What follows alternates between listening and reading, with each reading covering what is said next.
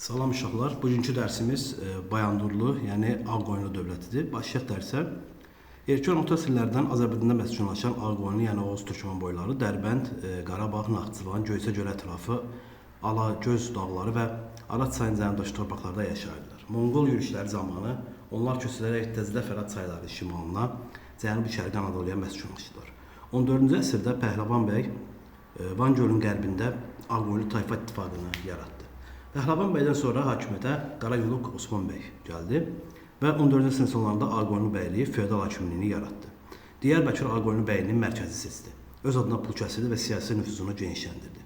Ağqoyunlu bəyliyinin nüfuzunun artmasından narahat olan Osmanlı Sultanı Endirim Bəyazid Qara Osmana qarşı müharibəyə başlayarkən Osmanlı və Qaraqoyunlular müharibədə Əmir Teymura yaxınlaşaraq birlikdə güc ittifaqı qurdular. Yəni Ağqoyunlular burada Teymurilərlə yaxınlaşır.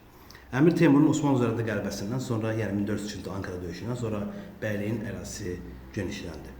Daha sonra Həsən bəyin dövrünə baxaq. 1453-cü ildə Həsən bəy Bayandur qardaşı Cahangir Mirzə ilə arasında hakimiyyət mübarizəsinə qalib gələrək Ağqoyunlu feodal hakimin başçısı seçildi.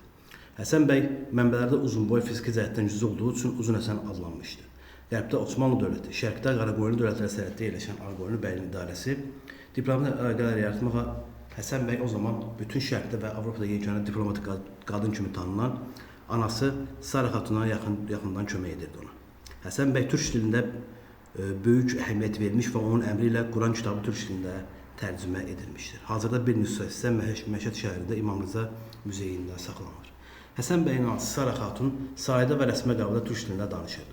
Türk dilinin ədəbiyyatının inkişafı böyük xidməti olmuş Sara Xatun, Anadolunun Harput şəhərində yetişdirdiyi buğday cəmi və cəmşid hamamının günümüzə qədər gəlib çatması buna bir nümunədir.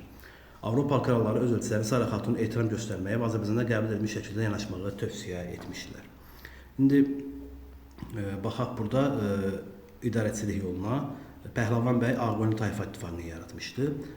Qara Osman bəy Ağqoyunlu bəyliyini yaratmışdı və Həsən bəy isə Ağqoyunlu dövlətini yaratmışdı. Ağqoyunlu bəyliyi ilə Osmanlı arasında olan müharibəyə baxaq. Həsən bəy vahid və qüdrətli Azərbaycan dövlətini yaratmaq məqsədi ilə ilk olaraq Trabzon krallığına ilə yaxınlaşaraq onun qızı ilə evləndi. Bu Ağqoyunlu tacirlərinə Avropa ölkələri birbaş ticarət imkanı yaratdı. Trabzon Ağqoyunlu tacirləri üçün Qaradəniz mühüm çıxış nöqtəsi oldu. Lakin 1453-cü ildə Osmanlı Sultanı II Məhmədin Konstantinopolu fəth etməsi ilə Qaradənizdən və Kiçik Asyadan gələn ticari yollar Osmanlının əlinə keçdi. II Məhməd şərq və qərb ölkələri arasında ticari əlaqələri tacirlər üzərinə daha çox gömür rüsumu qoydu. Bu amillər Azərbaycanın Avropa ilə ticari əlaqələrinə ağır zərbə vurdu və 1461-ci ildə II Məhmədin Trabzon üzərinə yürüşə başlaması Ağqoyunlu Osmanlı münasibətlərini daha da kəskinləşdirdi. II Məhmədin Trabzon üzərinə hücum etməkdə məqsədi bunlar idi. Avropa ilə tranzit ticarət tam nəzarət almaq idi. Şərqdən gələn ticari yolları nəzarət ələ keçirmək və Kiçik Asiyadakı xristian mülklərini ləğv etmək idi. Və 1461-ci ildə Qoyunhisar döyüşündə Həsən bəy Osmanlı qoşuna qalib gəlsə də sülh bağlamaq üçün anası Sara Xatunu II Məhmədin düşərgəsinə göndərdi. Həsən bəy II Məhmədlə müharibəni dayandıraraq sülh danışıqlara başlamasının səbəbi Bayandurluların hələ kifayət qədər gücünün olmaması idi. Diplomatik danışıqlar zamanı II Məhməd Sara Xatuna ana deyə müraciət edirdi. Həsən bəy Sara Xatunu Sultan II Məhmədin düşərgəsinə göndərərək onu qarşısına qoyduğu vəzifələr bunlar idi. Osmanlıları Ağqoyunlularla müharibə etmək fikrindən daşındırmaq və II Məhmədi Trabzon fəth etməsinə imkan verməmək.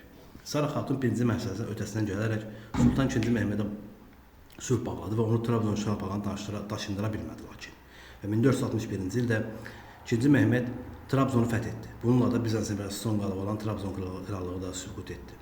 Bu zaman Sara Xatun Trabzon İmperiyasına qohum əlaqəsini əsas gətirərək Trabzon xəzinəsinin bir hissəsini Məhməddən aldı. II Məhməd sülh Ağqoyunlu Osmanlı müharibəsi müvəqqəti sakitlik yaratdı, yəni sülh yaratdı.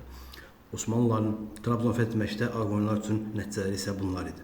Ağqoyunlular öz müttəfiqini itirdi. Ağqoyunlu Avropa ticari əlaqələrdən ağır zərbə vuruldu və Ağqoyunlu tacirləri Qaradənizdən birbaş çıxışı itirdilər. Həsən bəyin dövlət yaratmasına baxaq indi. Həsən bəy 1467-ci ildə Muş döyüşündə Qaraqoyunlu Cahan Şahı və 1468-ci ildə Qaraqoyunlu Həsəni məğlub etdirərək Təbriz tutaraq Ağqoyunlu dövlətinin əsasını qoydu. Paytaxt Təbriz oldu.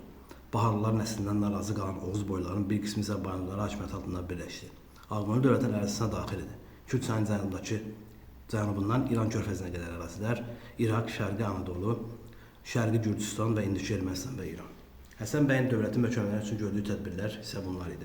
Hərbi yarımköçəri tayfalar və feodal ayanları mərkəzi hakimiyyətə tabe etmək, üçün onlarla mübarizə apardı. Nizami ordu yaratdı. Ordu silah silsilə etməyə təşəbbüs etdi. Daha sonra Teymurlarla müharibəyə baxaq.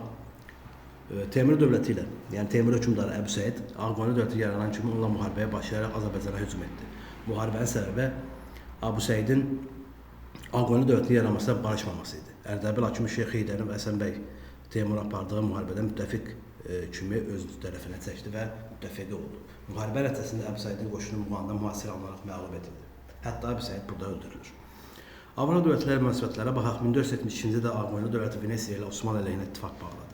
Ağqoyunlu ilə Venesiya arasında razılaşmaya əsasən Venesiya Ağqoyunlu dövlətinə ordu, silah və mütəxəssis göndərməlidir. Buna uyğun olaraq həmin il 20 minlik Ağqoyunlu qoşunu Qaramanbəli ərazisinə Aralıq dəniz sahilindən çıxdı. Həsən bəy Trabzon torpaqlarında görev almağı qarşısına məqsəd qoymuşdu. Lakin Venesiyalılar verdikləri vədə sadiq qalmayaraq silahları gətirmədi və əksinə Osmanlı dövlətlə gizli danışıqlara başladılar. 2. Məhəmməd bundan istifadə edərək rəqibləri bir-birindən ayırdı. İndi isə Ağqoyunlu dövləti ilə Osmanlı əleyhinə diplomatik münasibət yaratmış dövlətlər və razılaşma əldə olunmuş dövlətlərə baxaq. Diplomatik münasibət yaratmış dövlətlər Venesiya, Polşa, Macaristan, Neapol və Kipr krallığı idi. Daha sonra baxırıq indi əlaqə yaratmış, razılaşma əldə olunmuş dövlətlərə Venesiya, Vatikan, daha sonra Venesiya, Vatikan və Macaristan, Neapol və Kipr krallıqlarını buna misal göstərmək olar. Daha sonra Ağqoyunlu Osmanlı müharibəsi 2-ci mərhələsinə baxaq. Teymur Əbu Səid məğlub etdikdən sonra Ağqoyunlu dövləti əsas rəqibi Osmanlı dövləti oldu. 1472-ci ildə Beyşəhir döyüşündə Osmanlılar Ağqoyunlu qoşunu məğlub etdi. Bununla da 1461-ci ildəki sülh pozuldu və 2-ci mərhələ başladı. Və 1473-cü ildə 2-ci Məhəmməd 100 minlik qoşunu Azərbaycana yürüşə başladı. 1473-cü avqustun 1-də Fərəd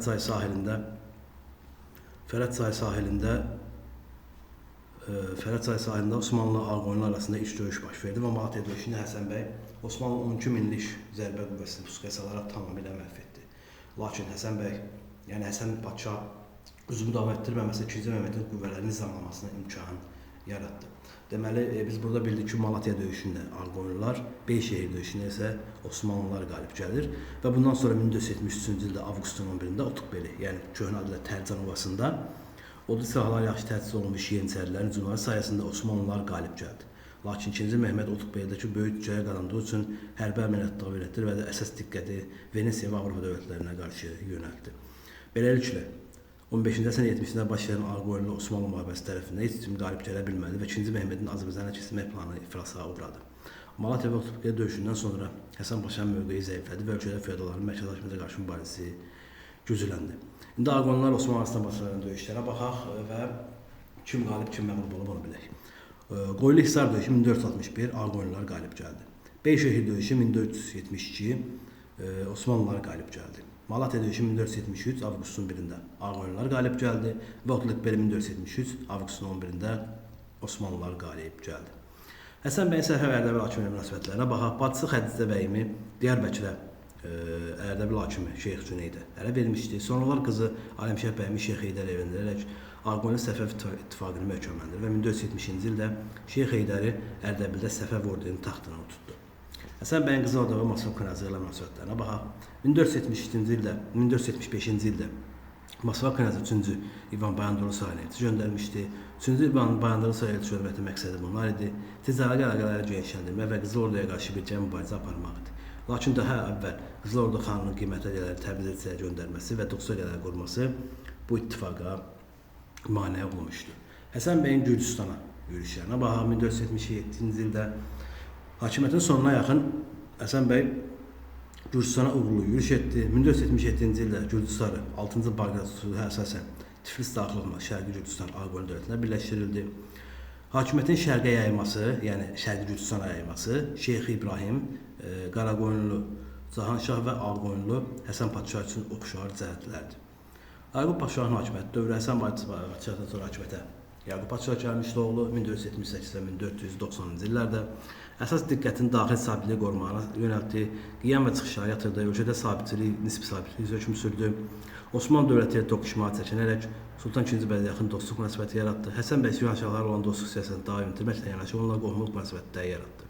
Səfəvlərin nüfuzunun artmasından və Ərdəbil hakimi üzərində narahat olduğu üçün Səfəv nəsli ilə münasibətləri pozdu və 1488-ci ildə Şahtaq döyüşündə Şirvanşah Fərrux Həsara kömək etdi və Yaqub Paşa 12 il hakimiyyət dövründə Ağqoyunlu dövləti sabitçi dövr keçirdi, yəni durğunluq dövrü adlanır bu. Onun ölümündən sonra ölkədə qarışıq yarandı və Ağqoyunlu şəxslər arasında hakimiyyət müharibəsi başladı.